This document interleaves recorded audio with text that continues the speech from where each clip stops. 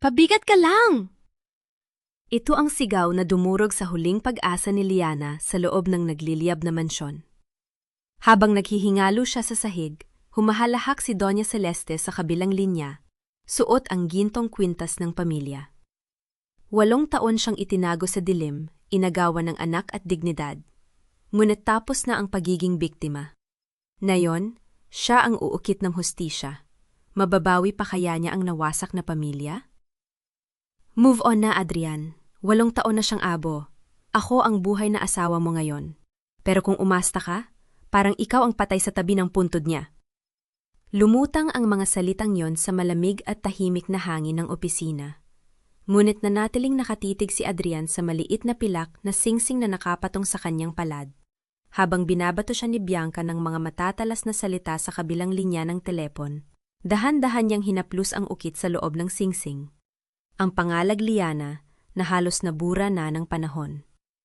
Ipinikit niya ang kanyang mga mata, hinahaya ang yakapin ng dilim ang kanyang pangungulila. Walang tugon na lumabas sa kanyang bibig.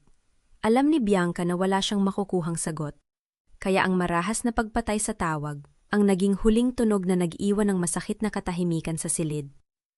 Sumikip ang lalamunan ni Adrian na tila may nakabara doon.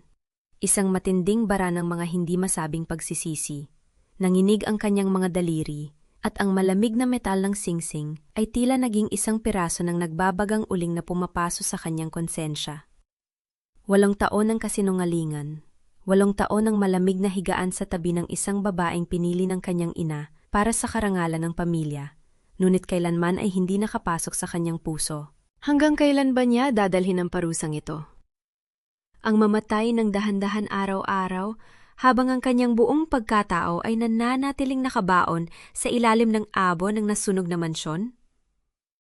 Nabasag ang kanyang pag-iisip nang ang pulang ilaw ng babala sa labas ng pasilyo ay magsimulang umikot, hudyat na mamatinding emergency. Kasabay nito ang mabilis na kalansing ng mga gulong ng stretcher at ang nagmamadaling mga yapak ng mga nurse. Isang tinig ng doktor ang sumigaw sa labas, humihingi ng tulong para sa isang pasyente ang biktima ng aksidente na dinala mula sa madilim na bahagi ng highway. Agad na itinago ni Adrian ang singsing sa bulsa ng kanyang puting Amerikana. Pinalis niya ang anumang bakas ng luha at kahinaan sa kanyang mukha bago mabilis na tinungo ang operating room.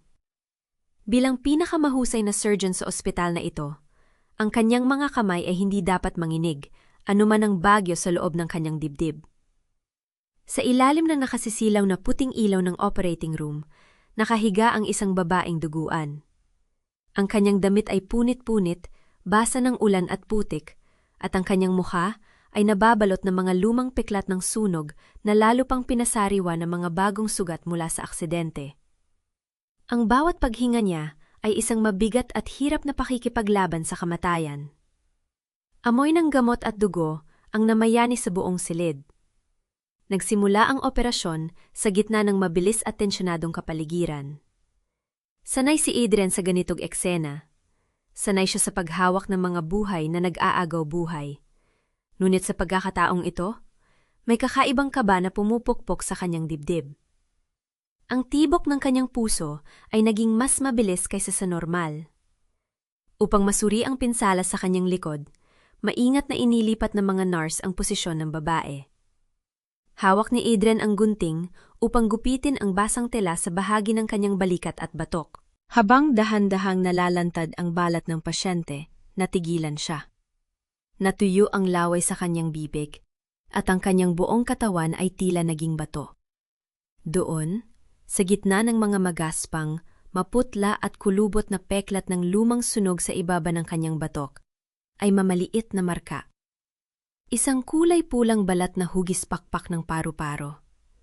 Ito ang markang hinalikan niya gabi-gabi nung sila ay nagsisimula pa lamang mangarap ng simpleng buhay sa kanilang maliit na tahanan. Ito ang markang tanging siya lamang ang nakakaalam. Ang markang madalas niyang haplusin bago sila makatulog sa ilalim ng liwanag ng buwan. Liana! Ang bulong na yon ay halos hindi lumabas sa kanyang mga labi. Ngunit sapat na upang magdulot ng matinding panginginig sa kanyang mga kamay na hawak ang scalpel. hindi siya maaaring magkamali. Kahit binago ng apoy ang kanyang mukha, kahit pinahirapan ng 8 taon ang kanyang katawan, ang markang yon ay hindi magsisinungaling. Ang babaeng binalot ng misteryo at idineklarang patay tong kanyang sariling ina ay nakahiga ngayon sa kanyang operating table. "Doc! Bumabagsak ang kanyang cardiac output! She's flatlining!" Ang sigaw ng nurse ay tila nanggaling sa napakalayong lugar, habang ang tunog kumakina ay nagsimulang tumunog ng isang mahaba, tuwid at nakatutulig na tono. Nawalan ng lakas ang kanyang mga knees, ngunit ang kanyang mga mata ay nanatiling nakatitig sa mukha ng babaeng, binalot ng mga peklat ng kawalang katarungan. Buhay ang kanyang asawa. Buhay si Liana. Ngunit ngayon, sa harap mismo ng kanyang mga kamay, ay muli itong inaagaw ng kamatayan dahil sa kanyang sariling bagbag na puso. Gagawin ba niya ang lahat upang ibalik ang kanyang hininga? O tuluyan na siyang maiiwang mag-isa sa gabi ng mga lihim? "I-charge ninyo sa 2 aang Jules! Dali!" Dumaing ang tinig ni Adrian, bumasag sa nakatutulig na ingay kuwa makina sa loob ng silid.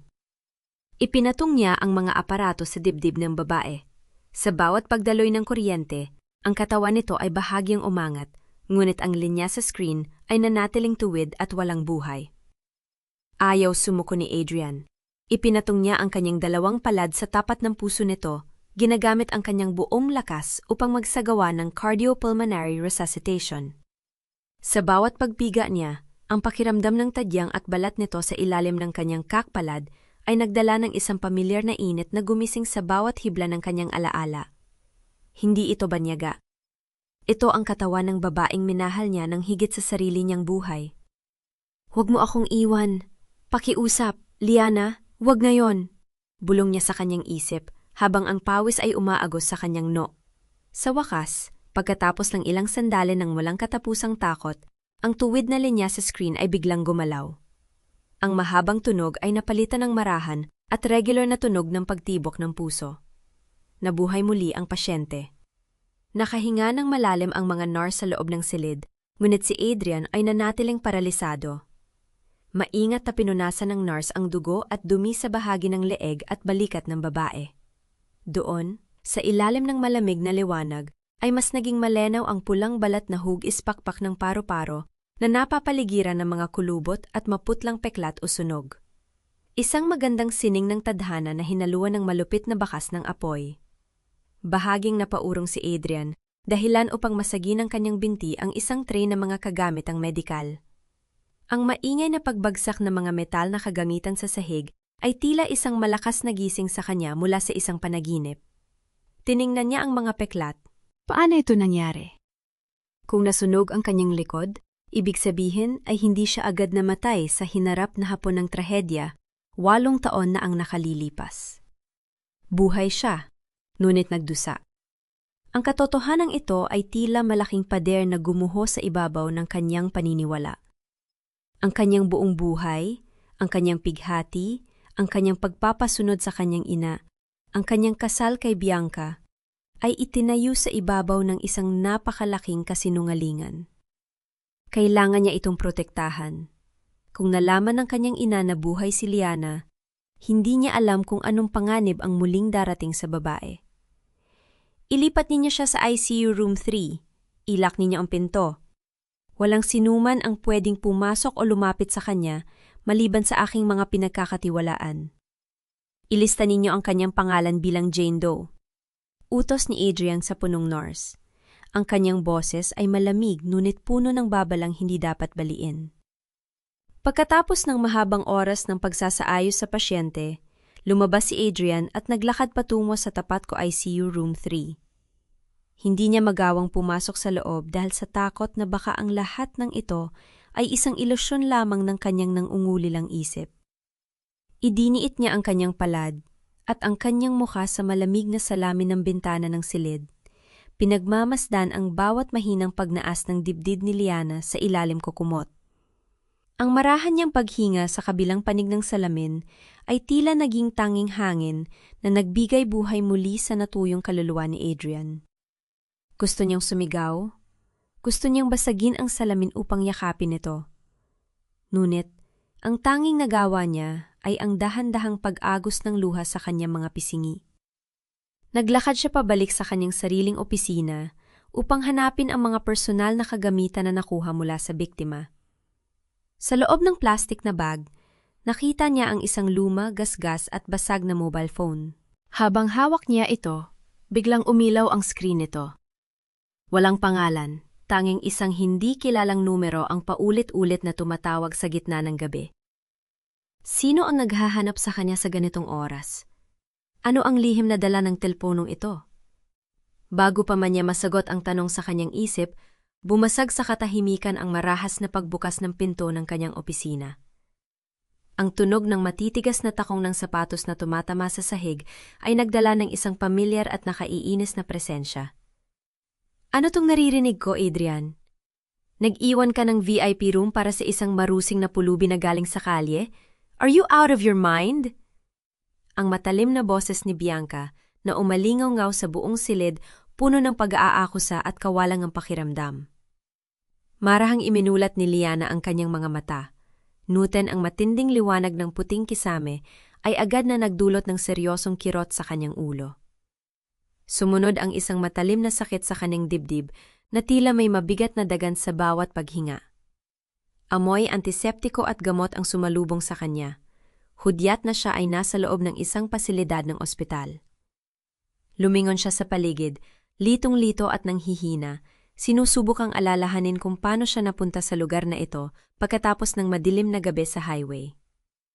Lumapit si Adrian ng dahan-dahan. Ang kanyang mga mata ay nangingilid ang luha habang nakatitig sa kanyang asawa.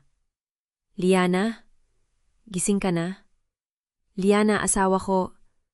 Ang mahina at nanginginig niyang tawag, puno ng pag-asa na baka sa pagkakataong ito ay matapos na ang mahabang gabi ng kanyang dusa.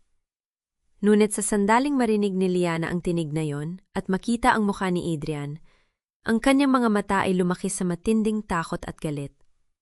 Ang alaala ng apoy, ng pagkakakulong at ng pagkawala ng lahat ng mahalaga sa kanya ay biglang bumalik na parang isang malakas na agos ng tubig. Kumari pa siya ng urong patungo sa dulo ng kama, kahit na ang bawat galaw niya ay nagdudulot ng matinding sakit sa kanyang mga sugat.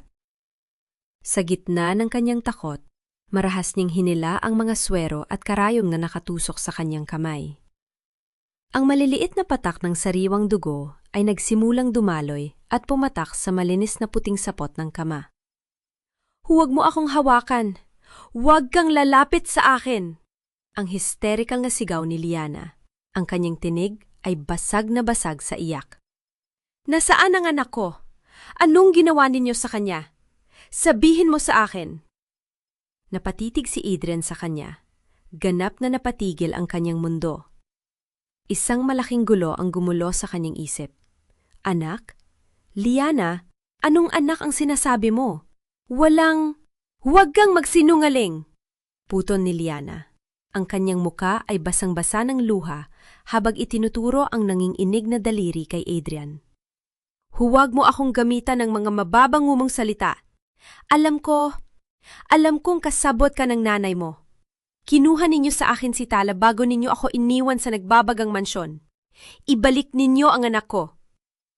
Niyakap ng mahigpit ni Liana ang unan sa kanyang dibdib. Ibinaluktot ang kanyang buong katawan na tila isang maliit na hayop na nagtatangkang protektahan ang sarili mula sa isang mabagsik na manunulat. Ang una na yon ang naging tanging pananggalang niya, isang pader na naglayo sa kanya kay Adrian. Napatingin si Adrian sa kanyang asawa, at ang sakit na makitang takot na takot ito sa kanya ay higit pa sa anumang pisikal na pahirap. Ang pangalang Tala ay paulit-ulit na umikot sa kanyang isipan. Isang anak? Nagbuntis ba si Liana bago ang trahedya 8 taon na ang nakalilipas? Bakit kailanman ay walang binanggit ang kanyang ina o ang mga ulat ng pulisya tungkol sa isang sanggol? Dahil sa matinding takot at labis na pag-iyak, biglang nagbago ang paghinga ni Liana. Nagsimima siyang mag-hyperventilate at ang monitor ng puso sa gilid ng kama ay muling naglabas ng mabilis na pulang ilaw ng babala kasabay ng paulit-ulit na tunog ng alarma. Sa gitna ng kaguluhang ito, naramdaman ni Adrian ang pagyanig ng kanyang telpon o sa loob ng bulsa. Nang ilabas niya ito, nakita niya ang pangalang Mama na paulit-ulit na kumukurap sa screen. Ang pulang ilaw ng monitor ng naghihingalong asawa at ang maputing liwanag ng screen ng telepono mula sa kanyang ina ay sabay na kumukurap, na tila isang nakatatakot na laro ng tadhana na nag-aagawan sa kanyang kaluluwa.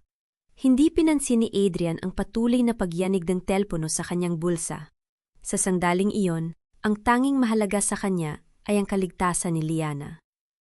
Agad siyang kumuha ng pampakalma at maingat na itinurok ito sa swero ng asawa upang pigilan ang lumalalang hyperventilation.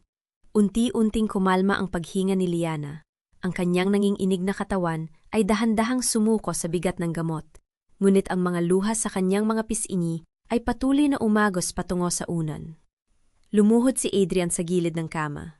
Ang kanyang mukha ay maputlang mapututla at ang kanyang mga mata ay basang-basa ng luha habang nakatitik sa mukha ng babaeng inakala niyang matagal nang naging abo. "Liana, pakiusap, makinig ka sa akin." Pabulong niyang pakiusap, ang kanyang boses ay sumasabay sa kanyang paghikbi. "Saksi ang Diyos, hindi ko alam na nagbuntis ka. Ipinadala ko ni Mama sa Singapore para sa isang conference noong linggong yon. Ang sabi niya sa akin, nasunog ang bahay dahil sa pagsabog ng kuryente at wala ka ng buhay nang makuha. Pakiusap, sabihin mo sa akin kung anong nangyari." Tumingin si Liana sa kanya. Hinahanap ang anumang bakas ng kasinungalingan sa mga mata ng lalaking minsan niyang naging kanlungan. Sa pamamagitan ng tuyo at basag na boses, dahan-dahan niyang binuksan ang madilim na pintuan ng nakaraan. Ikinuwento niya kung paano dumating si Doña Celeste sa kanilang kahoy na bahay, kasama ang ilang hindi kilalang lalaki at isang pribadong doktor. Noon ay nagsisimula na siyang mag-labor. Pinilit ng doktor na ilabas ang sanggol ng mas maaga sa takdang panahon. Pagkapanganak niya kay Tala, agad na inilayo ng mga ito ang sanggol at pinilit siyang pirmahan ng isang kasulatan na nagsasabing isinusuko niya ang kanyang karapatan sa anak. Nang tumanggi siya, marahas nilang hinawakan ang kanyang mga kamay upang puwersahang itatak ang kanyang hinlalaki sa papel gamit ang tinta. Pagkatapos noon, ikinulong siya ng mga ito sa loob ng kwarto bago tuluyang umalis. Ilang oras lamang ang lumipas. Naramdaman na niya ang init at amoy ng usok ng naglalagablab na apoy. Tumingin si Liana ng diretso sa mga mata ni Adrian, isang tingin na tila humiwa sa kaluluwa ng doktor. Habang sumisigaw ako sa loob ng nasusunog na kwartong na yon, habang tinutupok ng apoy ang balat ko, "Nasaan ka, Adrian? Masaya ka ba sa piling ng bago mong asawa na pinili ng mama mo?" Ang bawat salita ni Liana ay tila isang matalim na balaraw na bumaon sa dibdib ni Adrian. Hindi niya mapigilan ang pang-ininig ng kanyang buong katawan. Naalala niya kung paano siya umiyak sa bisig ng kanyang ina nung ibalita sa kanya ang trahedya. Kung paano siya pinilit nitong magpakasal kay Bianca upang iligtas ang kumpanya at ang pamilya mula sa pagkalugi. Ang lahat ng kanyang pinagdaanang pighati ay isa lamang palang malaking palabas na idinirehe ng sarili niyang ina. Nais ni Adrian na hawakan ang kamay ni Liana. Nais niya itong yakapin ng mahigpit upang humingi ng kapatawaran. Ngunit alam niyang ang kanyang hawak ay maaari lamang magdulot ng mas matinding takot sa asawa. Sa halip na hawakan ang kanyang balat, marahan na lamang na inabot ni Adrian ang gilid ng kumot ni Liana. Inayos niya ito ng may labis na pag-iinat, tinitiyak na hindi man lamang sumagi ang kanyang mga daliri sa nasugatang balat ng asawa. Ang simpleng pagkilos na ito ay puno ng matinding paggalang at paghingi ng tawad sa kanyang mga pagkukulang. "Hahanapin ko si Tala," panata ni Adrian. Ang kanyang boses ay naging matigas at puno ng determinasyon. "Ibabalik ko siya sa'yo at pananagutin ko ang bawat taong kumuha sa kanya, kahit na sarili ko pang dugo ang aking kalabanin." Bago tuluyang pumikit ang mga mata ni Liana dahil sa antok, may ibinuong pa siya na nag-iwan ng bagong tanong kay Adrian. May nagbukas ng pinto sa likod. Isang kamay ng katulto ng napamilyar sa akin ang nagtulak sa akin palabas bago gumuho ang kisame. Tumayo si Adrian mula sa kanyang pagkakaloob. Ang kanyang mga mata na kanina lamang ay puno ng lungkot ay biglang naging kasing lamig ng yelo. Lumabas siya ng silid ng ICU, hindi pinapansin ang mga nurse na bumabati sa kanya. Pumasok siya sa kanyang sasakyan at pinaandar ang makina. Sa gitna ng madilim na gabi, pinatakbo niya ang sasakyan ng mabilis patungo sa mansyon ng mga Villarreal upang harapin ang tunay na demonyo sa kanyang buhay. Tahimik at marangya ang mansyon ng mga Villarreal nang pumasok si Adrian. Natagpuan niya ang kanyang ina, si Doña Celeste, na nakaluhod sa tapat ng dambana ng Santo Niño sa loob ng kanyang pribadong selidasalan. Hawak nito ang isang mamahaling kwintas ng rosaryo habang mahinang binibigkas ang mga panalangin. Ang kanyang muka ay nagpapakita ng labis na kabanalan at kapayapaan. Ang tagpong yon ay tila isang malaking insulto sa nagdurugong puso ni Adrian. Paano nagagawang humingi ng basbas ng langit ng isang taong nagnakaw ng sanggol at nag-iwan ng isang ina sa gitna ng naglalagablab na apoy? Naramdaman ni Doña Celeste ang presensya ng kanyang anak. Marahan niyang tinapos ang kanyang panalangin bago tumayo at lumingon nang may mapagmahal ng ngiti sa kanyang mga labi. Adrian, anak, bakit gising ka pa sa ganitong oras? May problema ba sa ospital? Ang malambing nitong tanong-tanong habang lumalapit sa kanya. Kinontrol ni Adrian ang kanyang paghinga. Pinipilit na huwag ipakita ang galit na nagpapakulo sa kanyang dugo. May napanaginipan ako tungkol sa gabi ng hapon nang sunog sa kahoy na bahay. Mababa niyang saad. Pinagmamasdan ang bawat reaksyon ng muka ng kanyang ina. Napanaginipan ko na may sanggol isang anak na kinuha mula sa akin. Bahagyang tumigas ang ekspresyon ng mukha ni Doña Celeste. Ngunit agad din itong napalitan ng isang mapang-unawa at tila nag-aalalang muka. Hinawakan niya ang pisngi ng kanyang anak. Ang kanyang boses ay puno ng mapang-akit na lambing. Anak, panaginip lang yan. Alam mo kung gaano ako nasaktan nang mamatay si Liana. Pero kailangan mo nang magising sa katotohanan.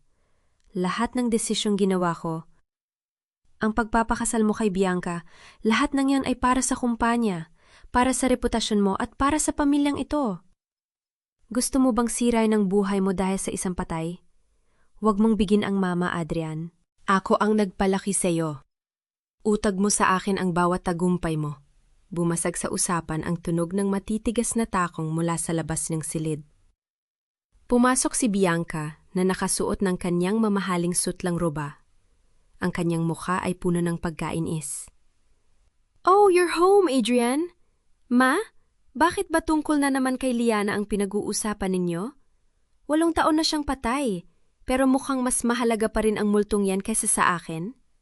Adrian, stop wasting your time over a ghost from the province. Wala siyang dinalang maganda rito, kundi sakit ng ulo. Nakarating sa pinakamataas na antas ang galit sa dibdib ni Adrian. Nais niyang sumigaw. Nais niyang isumbat sa kanila na buhay si Liana at alam na niya ang lahat ng kanilang kasamaan. Ngunit naalala niya ang maputlang mukha ng kanyang asawa sa ICU. At ang kanyang nawawalang anak. Kung magpapadala siya sa galit na yon, itatago o sasaktan ng kanyang ina ang bata, at muling manganganib ang buhay ni Liana. Kailangan niyang maglaro sa kanilang sariling laro. Inilagay ni Adrian ang kanyang mga kamay sa kanyang likod. Ang kanyang mga kuko ay bumaon ng malalim sa kanyang mga palad hanggang sa magsimulang mamuo ang maliliit na patak ng dugo sa kanyang balat. Ngunit ang kanyang mukha ay nanatiling walang emosyon habang dahan-dahan niyang idinudukot ang kanyang ulo. Pasensya na, Ma. Tama ka. Pagod lang siguro ako sa trabaho. Panaginip lang yon. Gagawin ko kung ano ang makabubuti sa pamilya natin. Pilit niyang saad. Ibinibigay sa kanila ang yuwad na pagsunod na gusto nilang makita. Nuumiti si Doña Celeste, nasiyahan sa kanyang narinig, at tinapik ang kanyang balikat bago umalis kasama si Bianca. Pagkalipas ng ilang oras, nang matiyak ni Adrian na tulog na ang lahat, tahimik siyang lumabas ng kanyang silid at nagtungo sa pribadong opisina ng kanyang ina. Maingat niyang binuksan ang mga drawer ng lamesa hanggang sa makita niya ang isang lihim na siwang sa likod ng makapal na ledger ng pamilya. Doon, nakuha niya ang isang lumang larawan ni Nanay Josie, ang katulong na bigla na lamang pinaalis pagkatapos ng sunog. Nakastaple sa likod ng larawan ang isang maliit na susi na may sulat kamay ng kanyang ina. Santa Clara Vault. Hawak ang lumang larawan at ang misteryosong susi, naramdaman ni Adrian ang mabilis na pagtibok ng kanyang puso. Nahanap na niya ang unang piraso ng katotohanan. Maagang lumabas si Adrian kinabukasan at iniwan ang marang, yang mansyon ng mga Villarreal upang magtungo sa isang liblib na bahagi ng Maynila. Gamit ang lumang address na nakasulat sa likod ng larawan, natagpuan niya ang sarili sa gitna ng masisikip na eskinita ng isang mahirap na komunidad, malayo sa karangyaan na kinagisans niya.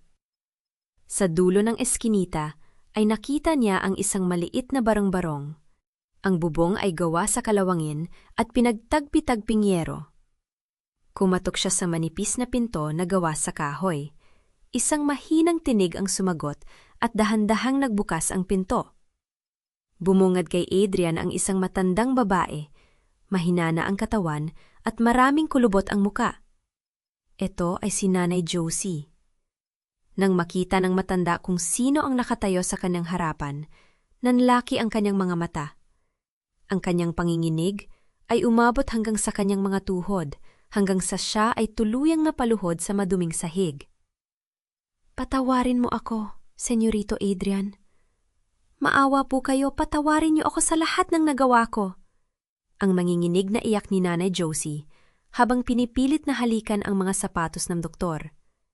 Agad na inalalaya ni Adrian ang matanda upang tumayo. Ang kanyang puso ay napuno ng matinding habag sa kalagayan nito. Ipinasok niya si Nanay Josie sa loob ng barong-barong at pinaupo sa isang lumang silya. Nanay Josie, nandito ako hindi para parusahan kayo. Malambot niyang wika. Ang kanyang boses ay nanginginig. Nandito ako para sa katotohanan. Buhay si Liana. Natagpuan ko siya. Kailangan ko lang malaman ang buong nangyari sa gabi ng sunog. Sa pandinig sa pangalan ni Liana at ang balita na ito ay buhay pa, bumuhos ang walang katapusang luha ni Nanay Josie. Ikinuwento ng matanda na sa gabi ng trahedya, narinig niya ang utos ni Doña Celeste na sirain ang buhay ni Liana matapos kuhain ang sanggol. Hindi kinaya ng kanyang konsensya ang maitim na plano, kaya bago pa man tuluyang lamunin ng apoy ang bahay, binuksan niya ang pinto sa likuran upang makatakas si Liana. Nang malaman ito ng Donya kinabukasan, binayaran siya nito ng malaking halaga kapalit ng kanyang katahimikan at agarang pinaalis. Lumapit si Nanay Josie sa isang maliit na aparador at kinuha ang isang maliit at luma na kahon. Ibinigay niya ito kay Adrian. Nang buksan niya ang kahon, tumambad sa kanya ang isang kupas na puting guwantes ng sanggol na sunog ang kalahati. Ito ang guwantes na nakita ni Nanay Josie sa sahig matapos kuhain ang sanggol. Sa ilalim ng guwantes ay naroon ang isang itim na kwaderno, ang talaan ng mga halagang ipinadala buwan-buwan ni Doña Celeste bilang changing donasyon sa isang lihir na account na nakapangalang sa tuwirang Santa Clara. Nandoon ang anak mo, Senyorito. Sa ampunan ng Santa Clara nila itinago ang bata. Basag na bulong ni Nanay Josie. Araw-araw akong nagsisisi. Araw-araw akong pinapatay ng konsensya. Napatitig si Adrian sa maliit na guwantes. Nanginginig niyang inabot ito, at ang bawat sinalid nito ay tila nagbigkis sa pagmamahal niya bilang isang ama na pinagkaitan ng pagkakataon. Buhay ang kanyang anak. Isang buong pamilya ang maari pa nilang buuin. Ngunit nang basahin niya ang huling pahina ng kwaderno, napansin niya na ang mga donasyon ay huminto isang buwan na ang nakararaan. Bakit tumigil ang kanyang ina sa pagpapadala ng pera? Anong mangyayari sa ampunan? Habang hawak niya ang matibay na ebidensya ng kanyang ina, nag-vibrate ang telepono ni Adrian. May mensahe mula sa punong nurse sa ospital na nagdulot ng malaking kaba sa kanyang dibdib. Doc, pilit na pinapasok ng isang estrangjero ang kwarto ni Jane Doe. Hindi namin siya mapigila. Pinatakbo ni Adrian ang sasakyan na tila nakikipagkarera sa kamatayan. Bawat minutong lumilipas ay para sa kanya ay pag-iigting ng galit at takot. Pagdating sa ospital, halos liparin niya ang pasilyo patungo sa ICU Room 3. Bago pa man siya makarating sa pinto ng silid, naharang na niya ang taong tinutukoy ng mensahe ng nurse. Walang iba kundi si Bianca. Nagpupumilit na makapasok habang tinatangkang itaboy ang dalawang security guard na nakaharang. Umalis kayo sa dinadaanan ko. Asawa ko ng direktor ng ospital na ito at may karapatan akong makita kung sinong malading pulubi ang itinatago ng asawa ko dyan sa loob. Matinis na sigaw ni Bianca. Ang kanyang mukha ay namumula sa galit at pagiging palengkera sa ilalim ng mamahaling damit. Sumulpot si Adrian sa kaning likuran. Mabilis niyang hinawakan ang braso ni Bianca at hinila ito palayo sa pinto. Ang kanyang pagkahawak ay mahigpit at puno ng malamig na babala. Tumigil ka na, Bianca. Gumagawa ka ng iskandalo sa loob ng ospital. Ang seryosong utos ni Adrian. Ang kanyang mga mata ay nanlilisik sa galit. Pinilig ni Bianca ang kanyang braso. Marahas na kumawala mula sa hawak ni Adrian. Eskandalo? Ako pa ba ang gumagawa ng iskandalo, Adrian? Ilang araw ka nang hindi umuuwi, ni hindi mo sinasagot ang mga tawag ko, tapos malalaman ko na lang na may inaalagaan kang babae rito sa VIP room na ipinangalan mo lang kay Jane Doe? Sabihin mo sa akin, kabit mo ba siya? Sumbat niya. Ang kanyang boses ay umalingaw-ngaw sa buong pasilyo na puno ng mga nanonood na pasyente at nurse. Hindi nawala ang lamig sa mukha ni Adrian. Tiningnan niya ng diretsyo ang mata ng kanyang asawa na puno ng huwad na karapatan. Huwag mong ipilit ang karapatan na binili lang ng pera ng pamilya mo, Bianca. Alam mong walang pagmamahal sa kasal na ito? Pareho lang tayong naging kasangkapan sa laro ni Mama. Kung gusto mong gumawa ng gulo, gawin mo sa labas ng ospital ko. Huwag dito kung saan may mga buhay na nag-aagaw buhay. Matalim niyang binitawang salita. Nanlaki ang mga mata ni Bianca. Hindi makapaniwala sa tapang ni Adrian na hiyain siya sa harap ng maraming tao. Madalas ay tahimik lamang ito at sumusunod. Ngunit na yon, may nakita siyang kakaibang anino ng katapangan na tila hindi niya kayang basagin. Puno ng inis, tumalikod si Bianca. Ngunit bago tuluyang umalis, pasikreto siyang dumukot ng ilang libang piso mula sa kanyang bag at isiningit sa bulsa ng isang nurse na nakatayo malapit sa estasyon. Isang malagkit at lihim na ngiti ang namuo sa kanyang mga labi bago siya tuluyang naglakad papalayo. Iniingayan ng husto ang pagbagsak ng kanyang tahong sa sahig na tila pagdedeklara ng digmaan. Bumuntong hininga ng malalim sa Adrian, isinandal ang kanyang likod sa pinto ng ICU. Mistulang isang sundalong ng tagumpay sa pagdepensa ng huling teritoryo. Ligtas pa rin si Liana sa sandaling ito. Samantala, sa loob ng banyo, ang nurse na nabayaran ay palihim na binuksan ang telepono ni Bianca at ipinadala ang isang larawan na kinuha niya sa pasyenteng pinangalan ng Jane Doe nung ito ay natutulog. Makalipas ang ilang minuto, habang nakasakay sa loob ng kanyang kotse, nakatanggap si Bianca ng abiso mula sa kanyang telepono. Binuksan niya ang larawan. Kahit na nababalutan ng peklat ang mukha ng babae, isang detalye ang nakakuha ng kanyang atensyon. Ang hugis ng kanyang mga kilay at ang pamilyar na porma ng kanyang panga. Lumaki ang ngiti sa mukha ni Bianca, ngunit ang ngiting ito ay puno ng lason at kasamaan. So, the ghost is back. Bulong niya sa sarili, bago dinayal ang numero ni Doña Celeste sa kanyang telepono. Nang lumalim ang gabi at tuluyang pumaya pa ang buong ospital, dahan-dahang binuksan ni Adrian ang pinto ng ICU Room 3. Madilim ang silid maliban sa maliit na ilaw sa gilid ng kama kung saan gising si Liana, nakatingin sa labas ng bintana habang pinagmamasdan ang mga patak ng ulan. Lumapit si Adrian. Ang kanyang mga yapak ay halos hindi lumika ng anumang ingay. Naupo siya sa silya sa tabi ng kama at inilabas ang isang maliit na bagay mula sa kanyang bulsa. Liana, tingnan mo ito. Mahina at malambing niyang tawag. Lumingon si Liana at nang makita ang kupas at bahagyang sunog na puting guwantes ng sanggol sa palad ni Adrian, napatakip siya ng bibig habang mabilis na namuo ang luha sa kanyang mga mata. Ang guwantes ni Tala! Saan mo ito nakuha, Adrian? Basag niyang tanong. Ang kanyang tinig ay nanginginig sa matinding pananabik. Natagpuan ko si Nanay Josie.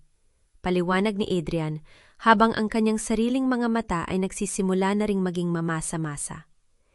Siya ang nagbukas ng pinto sa likod upang iligtas ka nung gabing yon. At higit sa lahat, nahanap ko ang talaan kung saan dinala ang anak natin. Liana, buhay si Tala! Itinago siya ni Mama sa ampunan ng Santa Clara. Sa sandaling marinig ni Liana ang balitang buhay ang kanyang anak, ang bigat ng 8 taong paghihirap, pangungulila at takot ay sabay-sabay na sumabog sa kanyang dibdib. Sinubo niyang umupo ng maayos, nuwit dahil sa sobrang panghihina ng kanyang katawan ay bigla siyang natumba paharap. Agad siyang nasalo ni Adrian. Sa pagkakataong ito, hindi na pumigla si Liana. Ang matigas na pader ng kanyang takot ay tuluyang natunaw sa init ng bisig ng kanyang asawa. Isinubsob niya ang kanyang mukha sa dibdib ni Adrian at umiyak ng walang patid. Ang kanyang mga kamay ay mahigpit na kumapit sa tela ng damit nito. Niyakap siya ni Adrian ng buong pag-iingat, iniiwas ang masakta ng kanyang mga sugat sa likod. Marahan niyang hinaplos ang buhok ni Liana, dinadama ang bawat paghinga nito na matagal niyang inulila. Patawarin mo ako, Liana. Patawarin mo ako sa lahat ng pagkukulang ko. Bulong niya sa ibabaw ng ulo ng asawa bago dahan-dahang idinampi ang kanyang mga labi sa nitong may mga peklat ng nakaraan. Walang anumang pagnanasa sa kanyang kilos, kundi wagas na pagmamahal, kapayapaan, at isang tahimik na pangakong poprotektahan siya hanggang sa dulo. Ibabalik ko ang anak natin. Tayong 3, bubuuin nating muli ang ating tahanan. Habang magkayakap sila sa gitna ng katahimikan, bahagyang umilaw ang telebisyon sa dingding na nakababa ang volume. Isang balita ang nakakuha ng atensyon ni Adrian. Ang ampunan ng Santa Clara sa Rizal ay nakatakdang gibain sa susunod na linggo upang tayuan ang bagong gusali ng negosyo na pinondohan ng Villarreal Foundation. Nagdilim ang paningin ni Adrian. Alam niyang plano ng kanyang ina na burahin ang lahat ng bakas ng nakaraan sa lalong madaling panahon. Samantala, sa marangyang salas ng mansyon ng mga Villarreal, marahang umiinom ng tsa si Doña Celeste sa ilalim ng nagniningning na chandelier. Pumasok si Bianca. May mapanuyang ngiti sa kanyang mga labi habang hawak ang isang nakaprint na larawan. Lumapit ito at marahas na idinulas ang larawan ng nasunog na mukha ni Liana sa ibabaw ng makinis na lamesang salamin. Buhay ang multo, Mama! Ang mapang-uyang na wika ni Bianca. Ang asawa ng anak mo ay nagpapahinga sa VIP room ng sarili nating ospital. Napatigil si Doña Celeste sa pag-inom. Ang porsela ng tasa sa kanyang mga daliri ay bahagyang nanginig sa matinding gulat at puot. Kinabukasan, naiwan si Adrian sa harap ng malaking tarangkahan ng ampunan ng Santa Clara. Maputla at inaagyaw na ang pader ng lumang gusali, at sa paligid nito ay nakakalat ang ilang kagamitan ng mga construction worker na naghahanda para sa nalalapit na demolisyon. Pumasok siya dala ang mga kahon ng gamot, gumagamit ng dahilan ng isang medical na misyon mula sa kanyang ospital upang makapasok sa loob. Pagdating niya sa maluwag na bakuran kung saan naglalaro ang mga ulila, hinanap ng kanyang mga mata ang isang bata na maaaring kasing edad ng 8 taon na sana ang kanyang anak. Sa hindi kalayuan, sa ilalim ng malaking puno ng mangga, nakita niya ang isang batang babae na nakaupo mag-isa. May hawak itong maliit na karayong at sinulid. Maingat at matiyagang tinatahi ang punit na manggas ng kanyang lumang uniforme. Ang ayos ng kanyang pag-upo, ang hugis ng kanyang buhok, at ang seryosong tingin ng kanyang maliliit na mata, lahat ay kamukhang-kamukha ni Liana nung nagkakilala pa lamang sila. Napatigil si Adrian sa paglalakad. Ang kanyang puso ay tila huminto sa pagtibok. Si Tala. Ang kanyang anak na hindi niya nasilayan ng 8 taon, nabubuhay sa awa at kawalan sa kabila ng yaman ng kanyang pamilya.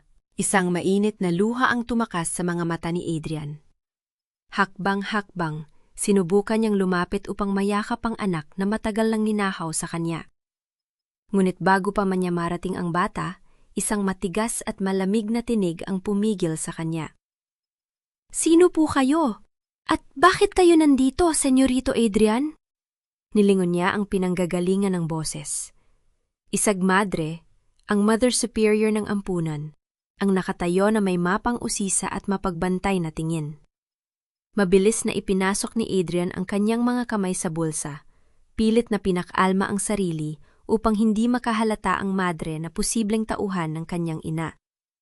Nandito ako para maghatid ng mga libreng bitamina at gamot. Kalmado niyang tugon, ibinabalik ang propesyonal na ngiti ng isang doktor.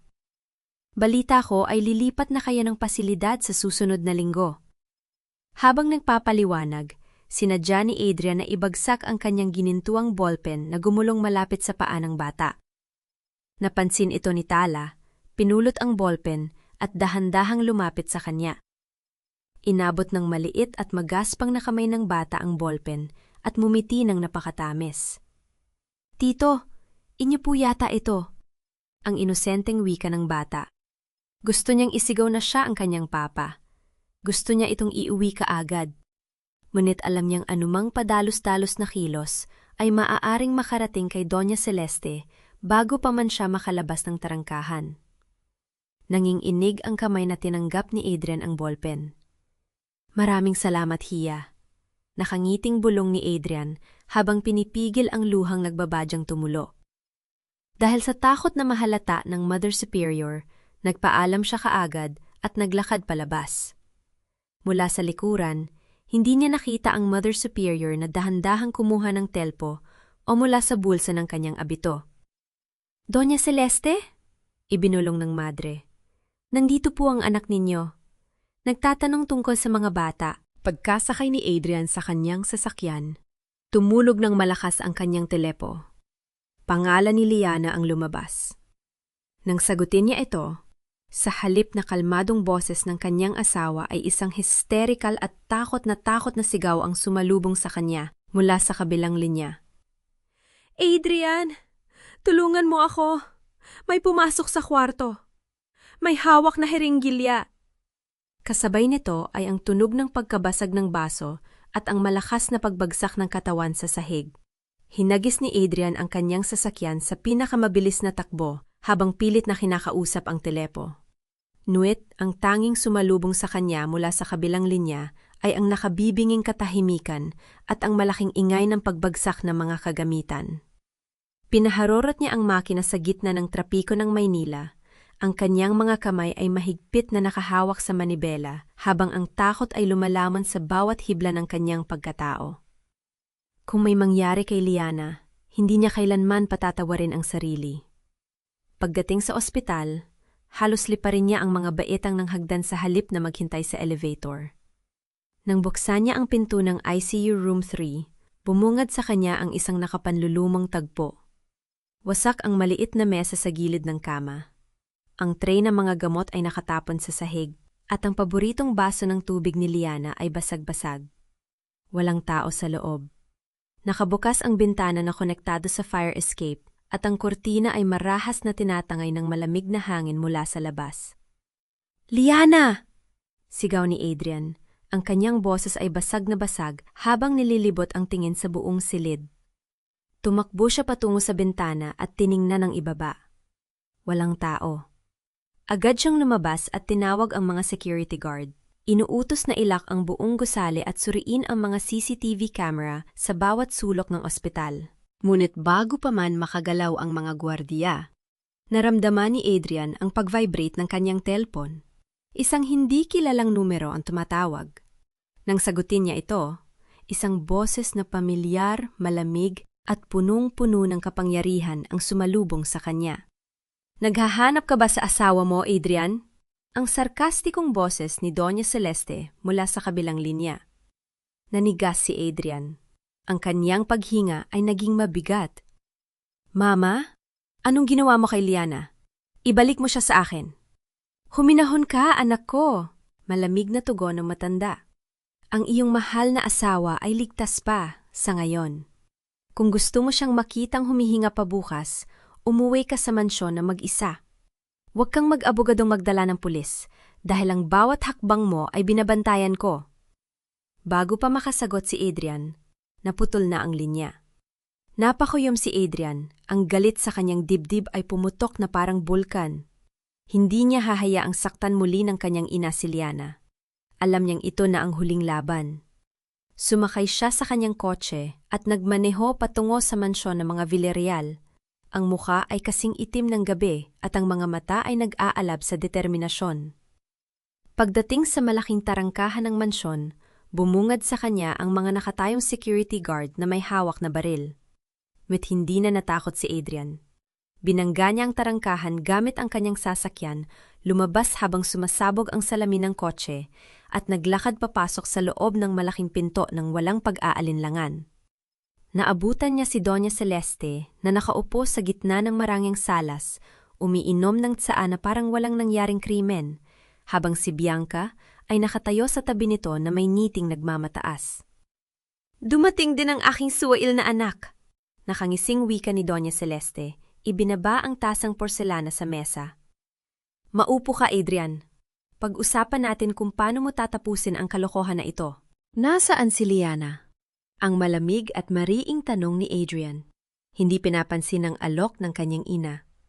Inilabas ni Doña Celeste ang isang makapal na dokumento mula sa kanyang mamahaling bag at dahan-dahang inilapag ito sa lamesa.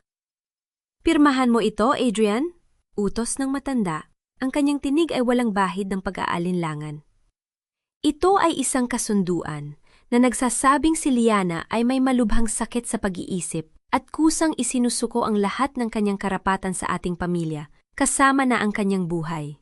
Pagkatapos nito, ibabalik mo ang iyong atensyon kay Bianca. Kung gagawin mo ito, hahayaan ko siyang mabuhay sa isang malayong lugar. "Nasa silong siya, Adrian," natatawang singit ni Bianca. Ang kanyang mga mata ay puno ng pang-ingit-ngit. Mukha siyang basang sisiw doon sa madilim na bodega. Ang dumi-dumi pa rin, bagay na bagay sa kanya. Tumigas ang panga ni Adrian. Alam niyang hindi niya maaring gamitan ng dahas ang kanyang ina sa loob ng sarili natong teritoryo. Pinilit niyang kalmahin ang kanyang sarili, na kukunwaring nag-iisip sa alok ng ina. "Gusto ko muna siyang makita," pilit na saad ni Adrian. Ipinapakita ang yuwad na pagsuko. "Papapirmahin ko rin siya kung yan ang gusto mo, ma." Nasiyahan si Doña Celeste sa kanyang narinig, kaya pinahintulutan niya si Adrian na bumaba sa bodega kasama ang 2 gwardya. Pagdating sa silid-babaan, nakita niya si Liana na nakatali sa isang lumang silya. May kaunting pasa sa kanyang braso, ngunit ligtas at humihinga. Nang makita ni Liana si Adrian, muling bumuhos ang kanyang mga luha. Ngunit may isang bagay na hindi alam ni Doña Celeste. Si Nanay Josie ay lihim na nakapasok sa loob ng mansyon sa tulong ng kanyang mga dating kasama, hangkatulong na pabor pa rin sa kanya. Habang naglalakad si Adrian papalapit kay Liana, agad na binalot na madilim na gabi ang buong mansyon nang patayin ni Nanay Josie ang pangunahing linya ng kuryente. Sa gitna ng kabuuang kadiliman, mabilis na kumilos si Adrian. Pinuhat niya si Liana mula sa silya at maingat na tumakbo patungo sa lihim na pinto sa likod na matagal nang binuksan ni Nanay Josie para sa kanila. Bago pa man makarecover ang mga gwardiya mula sa gulat, nakasakay na sila sa naghihintay na lumang sasakyan ni Nanay Josie at mabilis na tumakas patungo sa kanyang maliit na barong-barong sa liblib na bahagi ng lungsod. Pagdating sa maliit at simpleng tahanan ni Nanay Josie, dahan-dahang inihiga ni Adrian si Liana sa isang malinis na higaan. Inalis niya ang kanyang puting Amerikana at ang kanyang stethoscope, isinasantabi ang kanyang pagiging doktor upang maging isang ordinaryong lalaki na nag-aalaga sa kanyang asawa. Maingat niyang nilinis ang mga pasa sa braso ni Liana gamit ang maligamgam na tubig habang ang kanyang mga mata ay puno ng labis na pag-aalala. Pagkatapos noon, pumunta siya sa maliit na kusina upang magluto ng mainit na lugaw na may kaunting luya. Inihanda niya ito ng may buong pagmamahal at dahan-dahang isubobo kay Liana.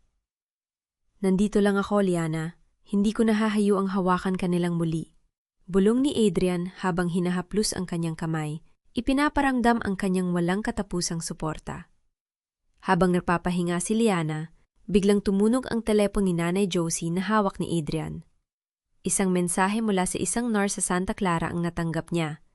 Nalaman ni Doña Celeste ang kanilang pagtakas at agad na iniutos na ilipat ang batang si Tala sa isang lihim na kampo sa malayang lalawigan bukas na madaling araw bago magsimula ang grand gala ng pamilya.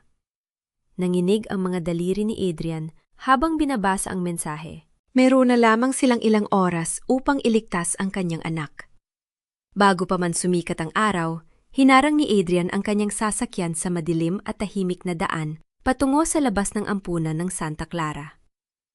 Ilang sandali lang, lumitaw ang lumang van ng ampunan na mabilis na bumabagtas sa kalsada.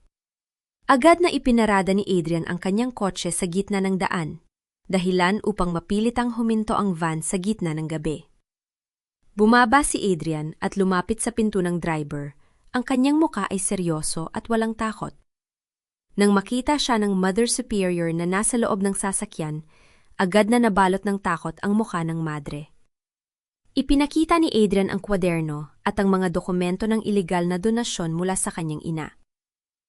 "Alam ko ang lahat, Mother," ang mariing wika ni Adrian. Ang kanyang boses ay parang isang talim na humihiwa sa katahimikan ng gabi.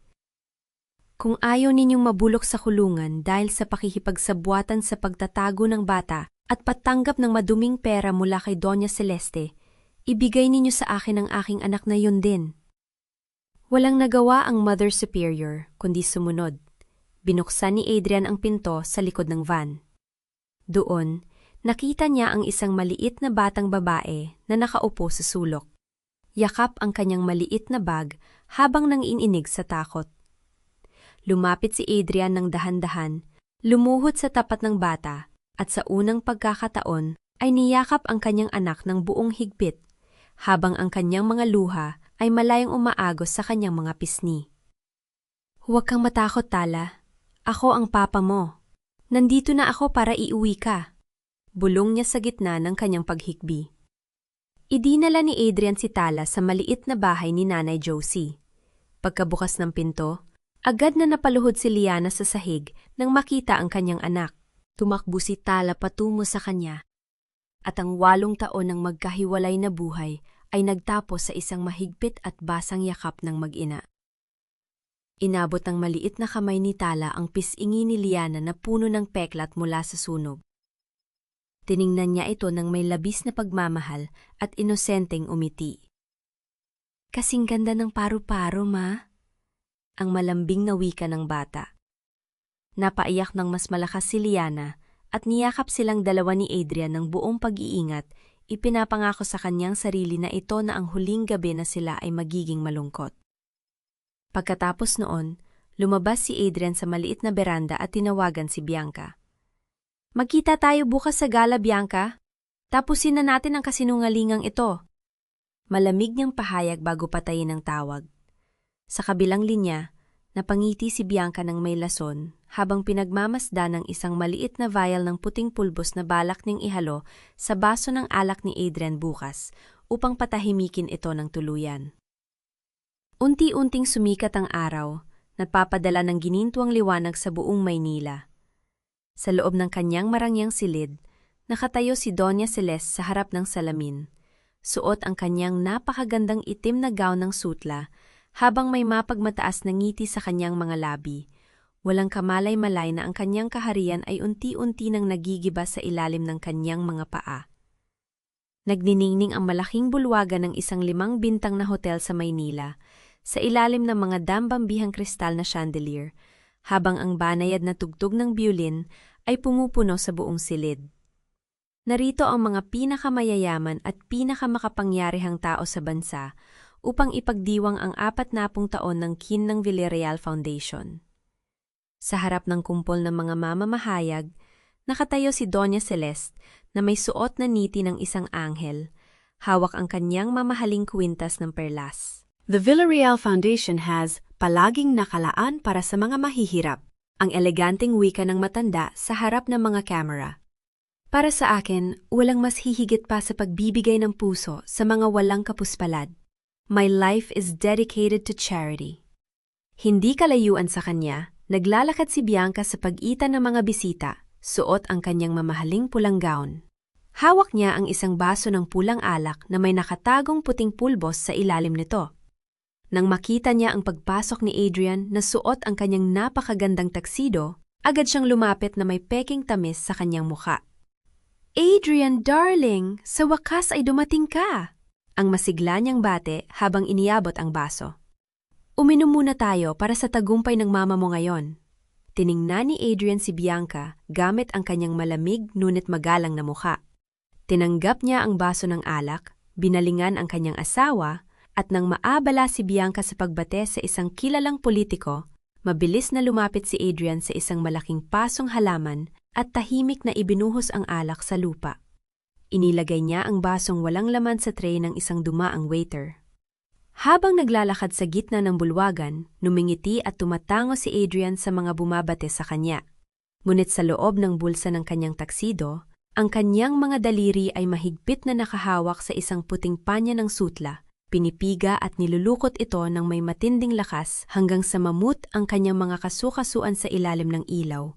Pinipigilan ang sarili na huwag sumabog bago ang tamang oras.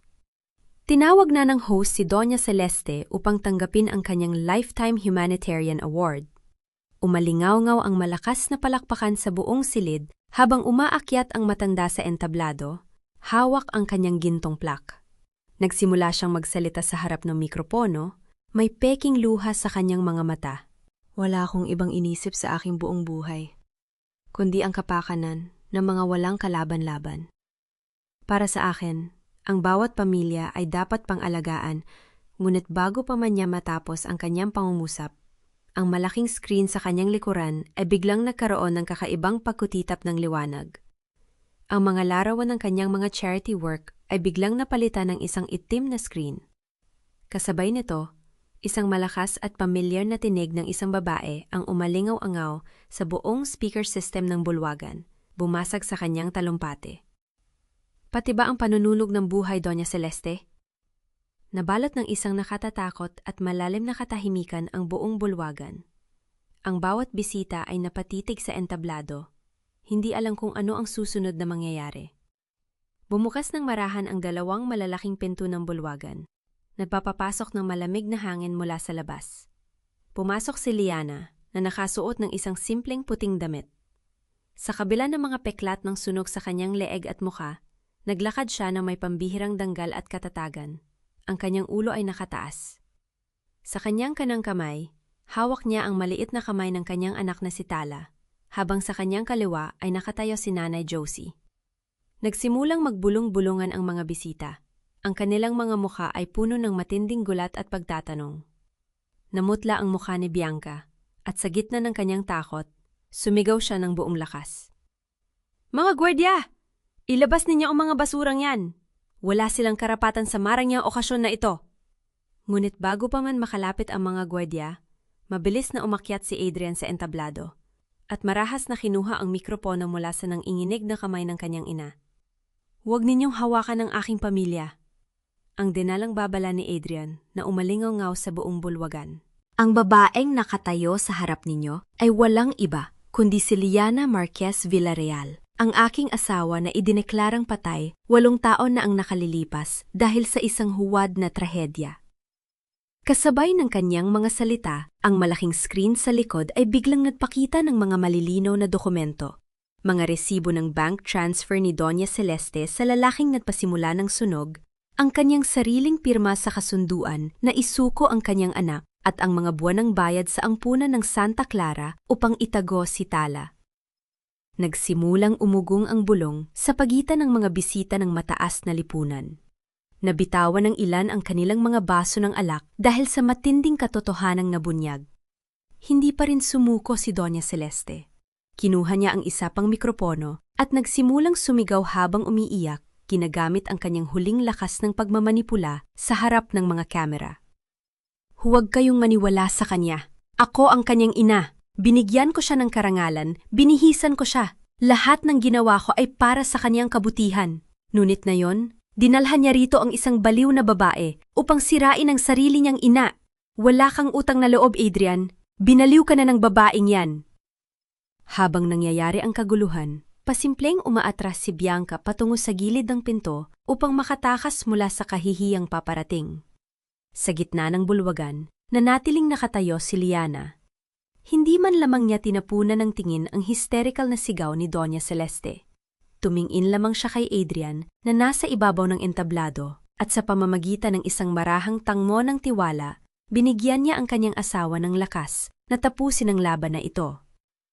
Sa tindi ng galit at kawalan ng kontrol, lumapit si Doña Celeste kay Adrian at ibinigay ang isang malakas na hampas ng kanyang palad sa mukha ng kanyang sariling anak. "Tinanggalan kita ng basura! Dapat mas pasalamat ka sa akin!" Ang kanyang sigaw na umalingaw, nausa sa mikropono sa buong bulwagan. Nanatiling nakatayo si Adrian.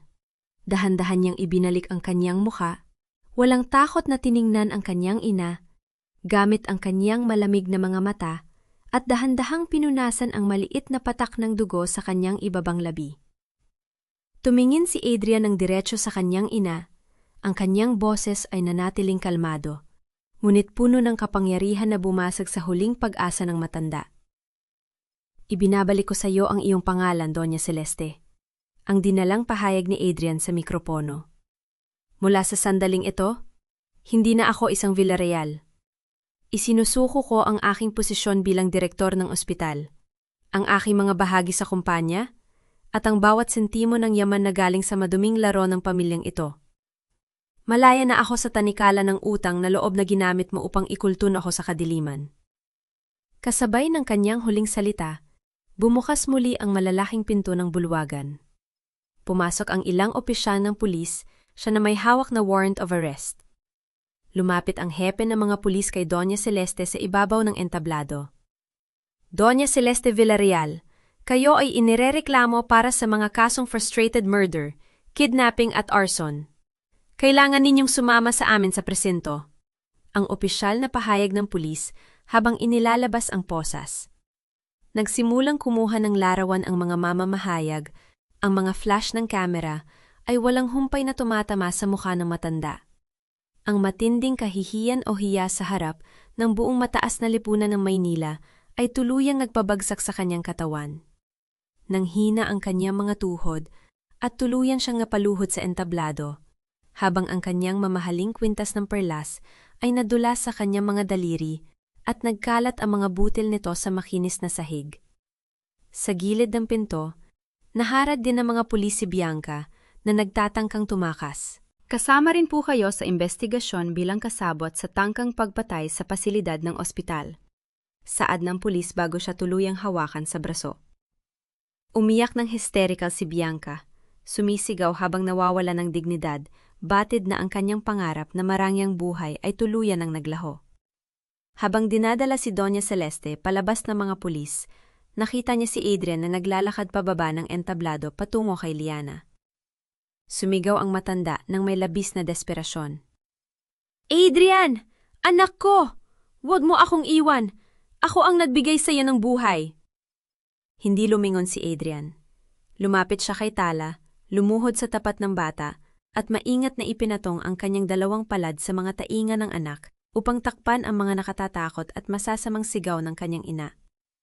Tumingin siya kay Tala at ngumiti ng may labis na pagmamahal, ipinaparamdam na ligtas na ito mula sa anumang bagyo.